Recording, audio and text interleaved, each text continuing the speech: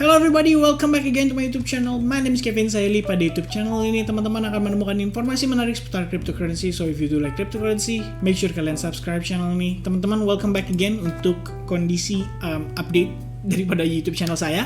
Di video update kali ini kita akan ngebahas kondisi daripada perekonomian di Amerika Serikat dan memperkirakan. Ya sebenarnya bukan memperkirakan sih, tapi kita mencoba memberikan pandangan berdasarkan opini saya dan bagaimana nanti dampaknya terhadap market cryptocurrency. Jadi before saya start kontennya, saya pengen disclaimer dulu, kasih tahu ke teman-teman bahwa ini semua based on my own opinion. Jadi bisa saja opini saya salah, bisa saja saya berspekulasi, dan intinya jangan dijadikan sebagai acuan atau referensi utama dalam mengambil keputusan atau melakukan transaksi pada investment portofolio teman-teman sekalian. Alright?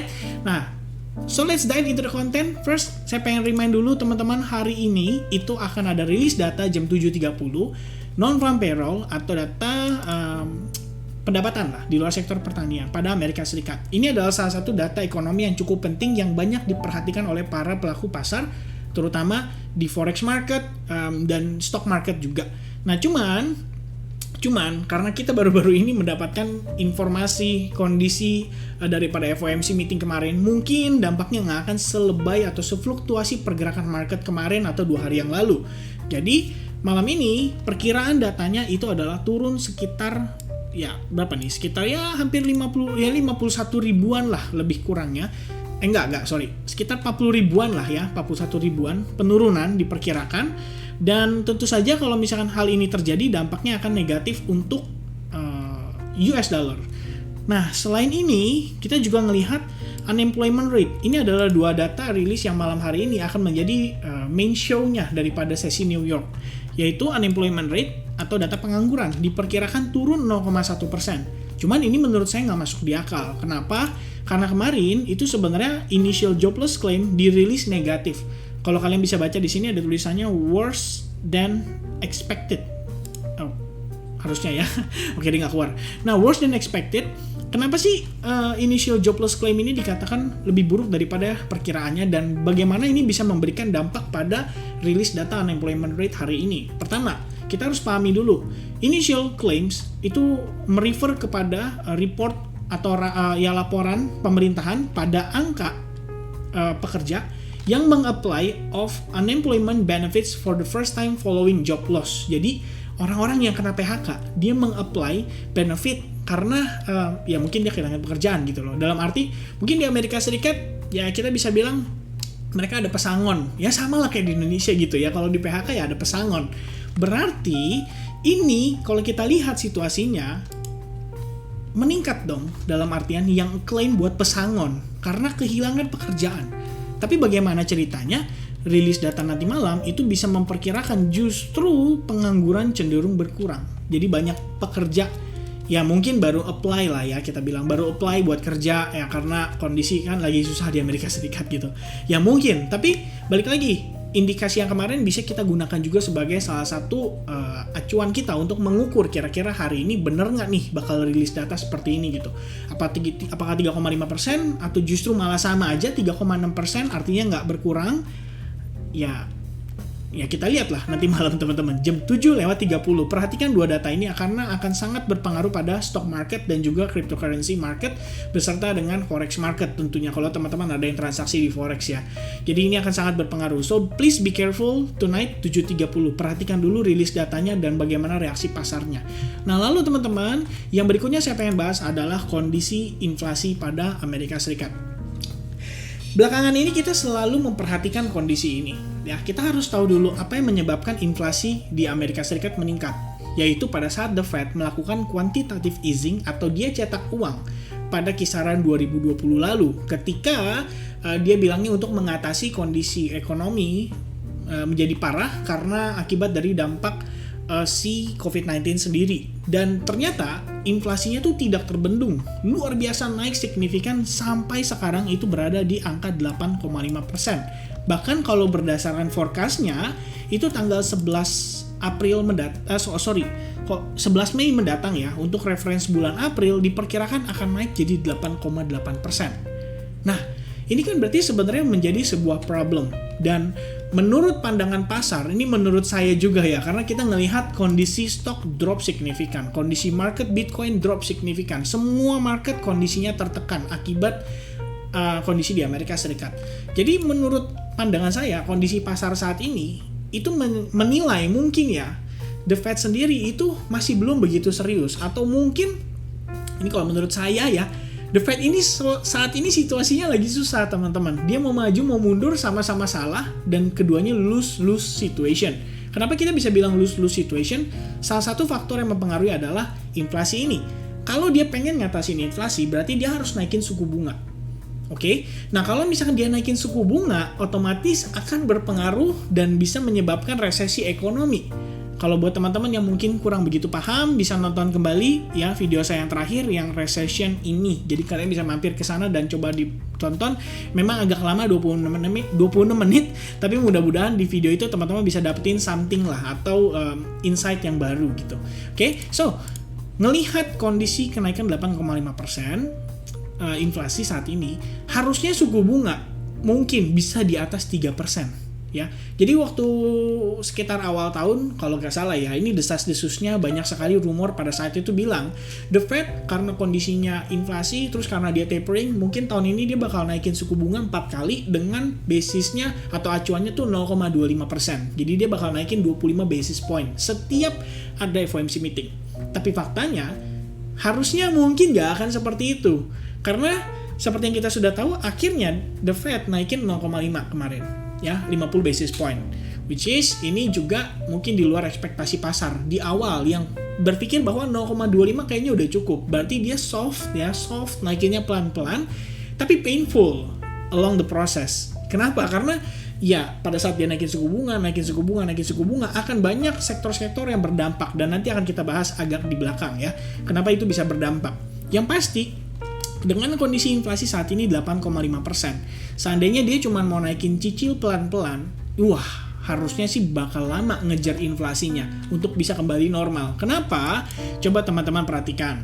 Juli 2018 ya, maksudnya dari sekitaran Oktober, September, dan seterusnya November 2017, terus dia naikin suku bunga sampai di kisaran puncaknya ya, itu di kisaran Desember 2018 dengan total kenaikan suku bunga 2,5% untuk Fed Fund Rates alias di 2,5%. Tapi perhatikan, 2,5% itu kondisi inflasinya ya standar gitu loh. 2018 angka inflasi itu berada di kisaran 2-3%-an.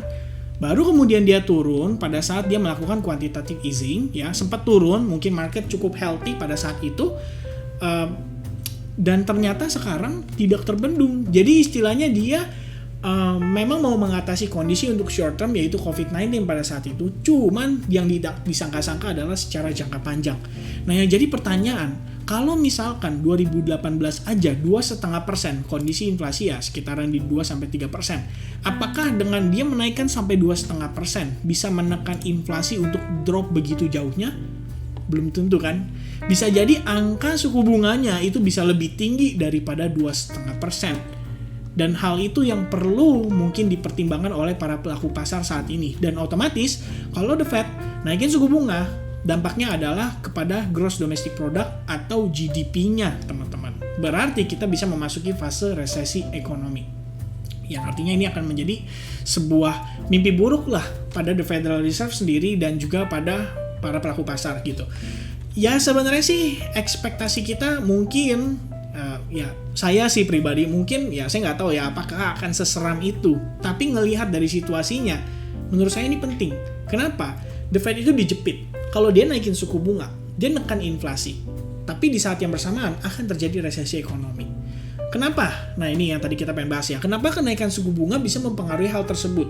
Kalau misalnya naik suku bunga, otomatis saya misalnya mau nyicil rumah, bunganya akan naik, akan lebih mahal untuk pelunasannya, dan akan lebih sulit untuk kita mungkin beli rumah. Jadi istilahnya penjualan rumah di Amerika Serikat kemungkinan akan turun. Itu pertama.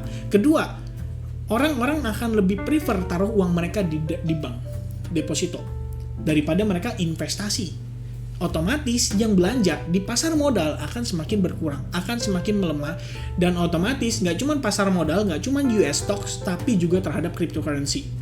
Karena likuiditasnya mungkin akan menurun. Dan kita ngomongin di sini belum kita berbicara tentang masyarakatnya, kita ngomongin institusinya dulu. Karena kalau misalkan Amerika Serikat itu start untuk the Fed itu start untuk tidak belanja bonds lagi dan start mengurangi bondsnya, artinya akan ada uang-uang yang harus dikembalikan ke the Federal Reserve, yang artinya institusi perbankan, hedge fund mungkin akan mengurangi belanja mereka pada pasar modal.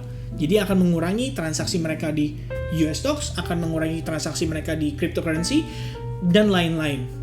Artinya, The Fed berusaha narik balik uangnya supaya inflasinya tertekan, dan dengan kenaikan suku bunga, otomatis hal itu bisa direalisasikan. Cuman dampaknya ke GDP-nya, seperti yang tadi kita sempat discuss sebelumnya, ya.